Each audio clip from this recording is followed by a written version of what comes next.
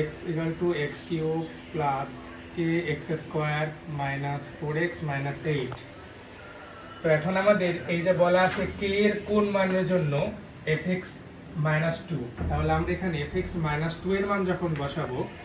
এই যে fx minus এক কথা 2 দেখলাম, মানে x এর যতগুলো এখানে মান আছে সবগুলোতে মাইনাস 2 বসাবো। তখন মাইনাস 2 এর উপর কিউব প্লাস কে এর তো মান নাই, কে রাখলাম, x এর মান মাইনাস 2 এর উপর হোল স্কোয়ার মাইনাস 4, x এর মান হচ্ছে মাইনাস 2 মাইনাস 8। মাইনাস 2 এর উপর কিউব দিলে হয় আমাদের 8, মাইনাস 2 এর উপর স্কোয়ার দিলে প্লাস 4, প্লাস 4 এর কে গুণ করলে 4k,